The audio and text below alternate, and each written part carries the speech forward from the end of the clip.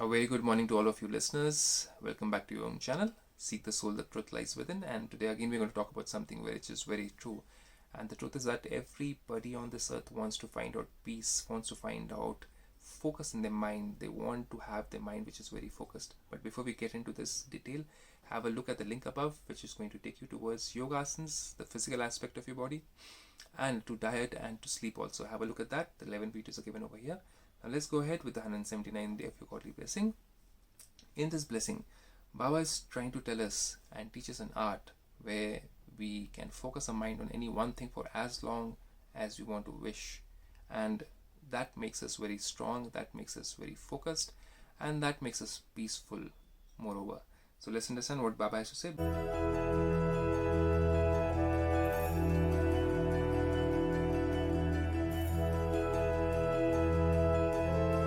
Baba says, may you become perfect in all the arts. What are the arts we are talking about? There are 16 different arts, the celestial arts. The art could be an art of entertainment, the art could be an art of resting. People don't even know how to rest today. The art of leadership, the art of learning, the art of teaching, the art of entertainment, where you can learn some skill and you can make everybody else feel lighter in their heart. So, art of being light also is an art. There are 16 such celestial degrees of celestial arts which a soul has when they're completely pure and viceless. That means they've got no ego, no jealousy. And when they have those things which are reduced, lust, anger, ego, jealousy, hatred and other things, then the values take over. Then we become as powerful and as attractive as God the Father. That's what God wants us to become. So, may you become perfect in all the arts by practicing being bodiless. Bodiless means that you don't have any thoughts regarding your bodily achievements, your bodily desires, and that's where you feel as if you don't have your hand, your legs, and you're so relaxed and peaceful in your meditative process. That's what we achieve in Brahma Kumaris over here.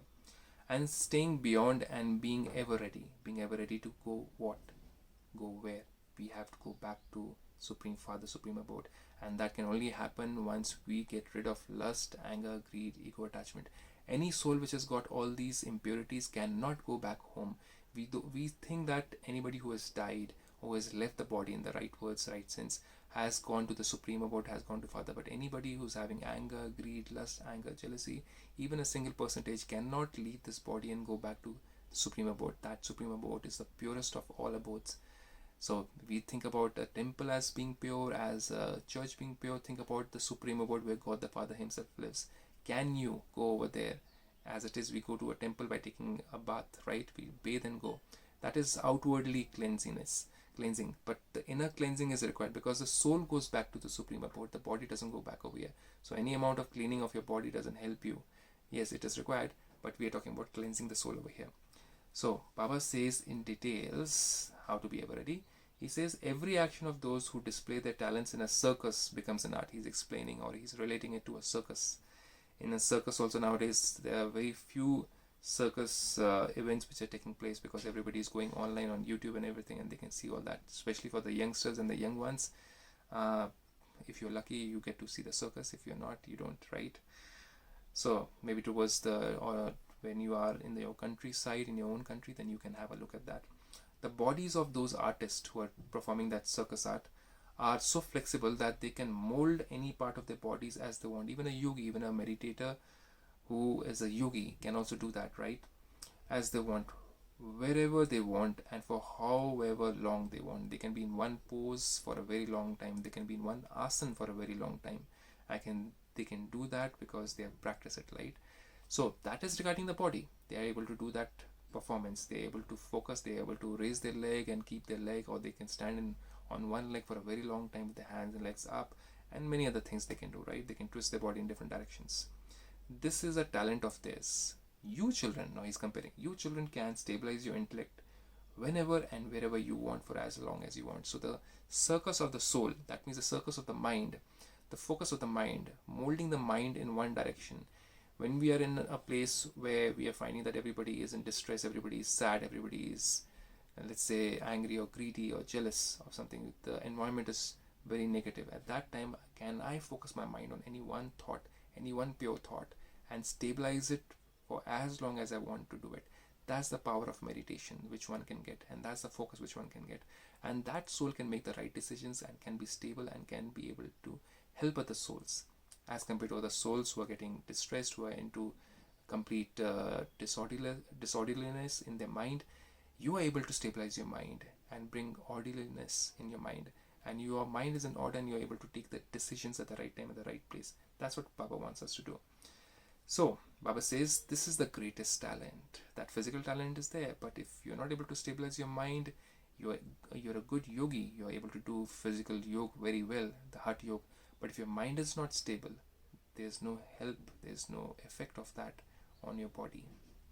Because in unstable mind, an unstable mind will make the body diseased again, whereas a stable mind will make the body relaxed and flexible.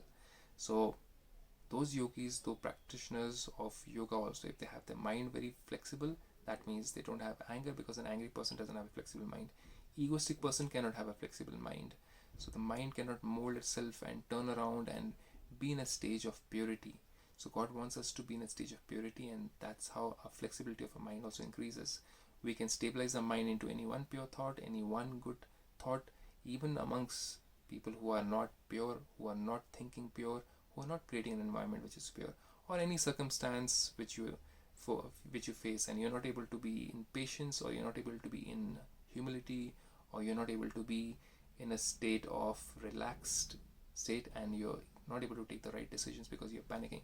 That's what Baba doesn't want us to have. Baba wants us to be in a stable state, and that can only happen once we are practicing this meditation. So you will become 16 celestial degrees full. Imagine a mind of a soul who is relaxed, who's peaceful, who's thinking pure about other souls, who's not going into gossips, who's not thinking bad about other souls. Wouldn't that soul be relaxed and more attractive as a person and more jovial as a person, as compared to somebody who's cribbing, crying, complaining all the time? So who'll be more attractive? Exactly. That's what the 16 celestial degrees are all about.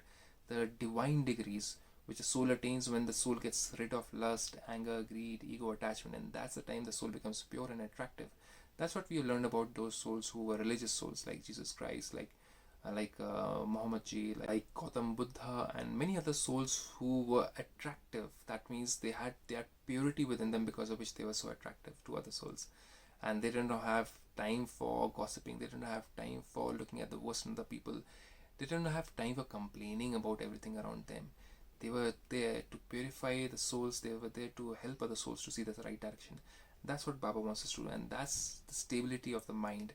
When we get rid of the vices within us, that's the time the mind will become focused and stable, for a small child to an elderly person. So Baba says, you have to stay beyond.